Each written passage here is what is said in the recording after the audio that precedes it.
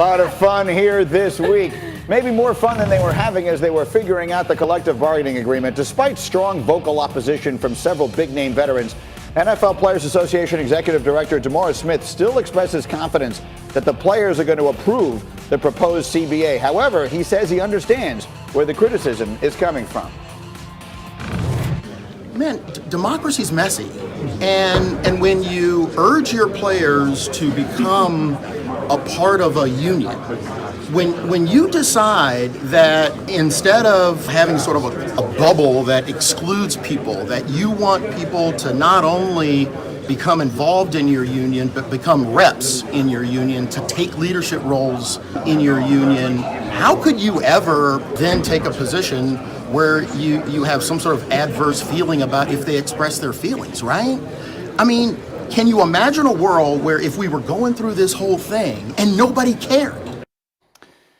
So that was D. Smith yesterday. James Harrison, former Steeler linebacker and noted D. Smith adversary, tweeted yesterday, the NFLPA has the worst leadership under D. Smith, the same person who gave us that terrible deal in 2011. Steelers voted no. Just tried the same thing in 2020. This deal shouldn't have even been on the table. Do what's best for the players or go work for the NFL. That's James Harrison, who, again, is not an NFL player anymore. Sam Acho is, and Sam Acho is not just a current player, but he's a member of the executive committee. So you're one of the 11 players who are in there actually negotiating this over the course of the last 10 months.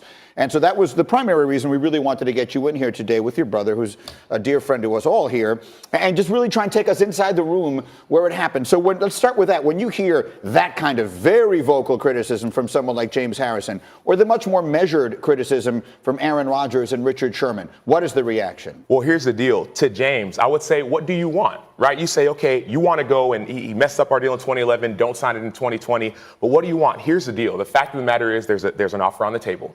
It includes 17 games. It also includes major increases in benefits and in salaries for a ton of players, right? So like DeMaurice Smith said, right, I was in the room. So I'm in the room with D, with Richard Sherman, Aaron Rodgers, and then you got owners. You got Robert Kraft, Jerry Jones. We're in these rooms negotiating.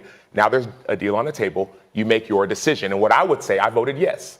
Right? I voted yes because my thinking is this. Some players actually want 17 games, believe it or not. It's more money. It's more money in your pocket. But here's the deal. If you don't say yes to this deal, one of three things happen. Number one, there's a strike, which if you strike, you don't just strike to strike, you strike to win the strike, right? Number two, there's a system that gets imposed on you. The NFL has the right to impose a system that can be, right now the percentage is 47%. They could say, we'll give you 42, take it or leave it, right? Forget take it. The system is imposed on you. Now you take it to court and you have to play under that system for 2 to 3 years while it's being litigated. Wow. Here's the deal. If I'm coming out in the draft and I'm playing under a system where I got 42%, my money's less or no benefits, right? Everything is gone. I don't want to play under that system, right? So strike, get a system imposed, or you get locked out. I need to ask you this. Has it been evident to you for the entirety of this period that 17 games was a deal breaker, that no matter what else happened, they were going to add the 17th game? There was a point in our negotiations between the executive committee and the ownership where 17 games got brought up. The players said, we want a higher percentage of the revenue. Well, here's the thing that came up. It says, well, if you want more money, we need to play an extra game. So there came a split. As you saw in the votes, it was 6-5 in the executive committee. It was 17-14 between the 32 player reps, and one player rep abstained. Right. There was a split. Do we look at the offer, or do we just say, hey, we're not about it? So I need to ask you this, and I'll turn you over to the rest of the crew. You just mentioned that it was practically split equally amongst the reps and amongst the executive committee. We don't know what the players are going to do. If they vote no, what happens then? If the players vote no to this current CBA, a few things happen. People have opined that the NFL can come back and say, well, we'll give you a better offer. I'm not of that position. I think what they said and what they voted was that this is our offer, take it or leave it. If you don't take it, then the next thing happens, which is they haven't mentioned this overtly, but we're going to impose a system on you.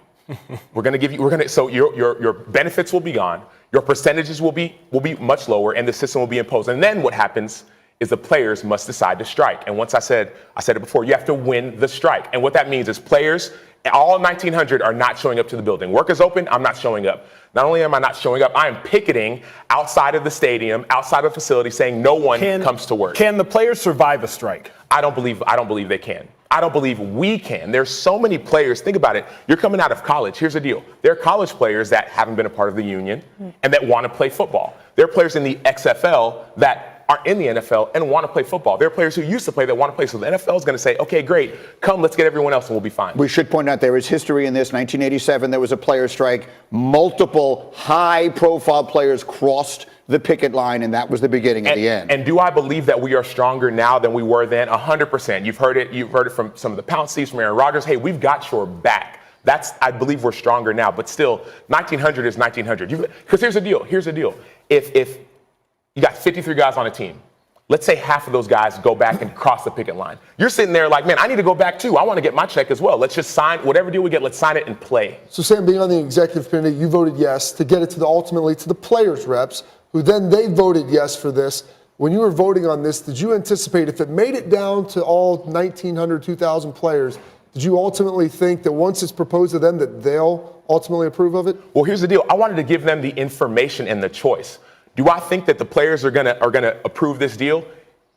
No, and here's why. I believe that there's so many loud voices coming out saying, we don't like this deal, don't play 17. So my job here, as why I even came on the show, I want to inform the players. I'm letting the players know, here's the deal. Come, call me, call your player rep, get the information and make an informed decision. DeMaurice Smith said, it's a democracy. Of course, big names have big voices, but they only have one vote. All right, I'm out of time on this. I would love to do this. We thank you for doing this because I think this has been extremely informative, and we will continue to keep you up to date with this kind of inside information as best we can as this thing works its way towards all the players voting. Meanwhile, coming up here, Stephen A. and Max are going to join us with a reaction to what Mel said. Washington should take Tua, number 2. Mel said that. What does Steve and Max think? You find out next. Get Up on ESPN.